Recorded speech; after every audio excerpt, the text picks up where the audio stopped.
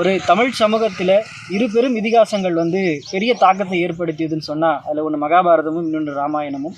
ராமாயணம் ஏட்டில் எழுதப்பட்டு படித்தவர்களால் பாதுகாக்கப்படக்கூடிய ஒரு கலை மரபு. ஆனால் மகாபாரதம் பாமர மக்களினுடைய வாழ்க்கையில் எவ்வளவு தாக்கத்தை ஏற்படுத்தியிருக்கின்றது நம்மால் பார்க்க முடியும். ஒரு படித்தவர்களை சார்ந்து போகக்கூடிய ஒரு கலையை தாண்டி உலகத்தில் உள்ள இந்த தமிழ் சமூகத்தினுடைய எத்தகைய கட்டமைப்பை இந்த மகாபாரதம் எடுத்து காட்டுது அப்படின்றத நம்ம பார்க்க வேண்டியதாக இருக்குது. எங்கோ ஒரு வடக்கெல்லையில் நடந்த ஒரு குருச்சேத்திர போரினுடைய தாக்கம் எப்படி தமிழ்நாட்டிலே வட மாவட்டங்களிலே இவ்வளவு பெரிய ஆதிக்கத்தை ஏற்படுத்தியது அப்படின்றத நம்ம பார்க்கணும். மக்களினுடைய அன்றாட வாழ்க்கையில் ஒரு எல்லா சூழல்களிலும் பொருந்தி போகிற ஒரு கதாபாத்திரங்களை இந்த மகாபாரத பாத்திரங்கள் வைத்திருக்கிறது அப்படின்னு சொல்கிறது இந்த தமிழ் சமூகத்திற்கும் பெருமை, இங்கே இருக்கக்கூடிய மக்களுக்கும் பெருமை.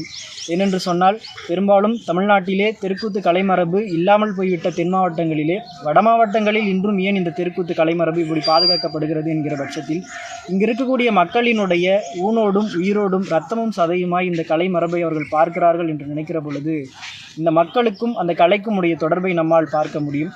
இந்த கலைகளின் மூலமாக இந்த தமிழ் சமூகமும் வளர்கிறது, இங்கே இருக்கக்கூடிய கலைஞர்களும் வளர்கிறார்கள்.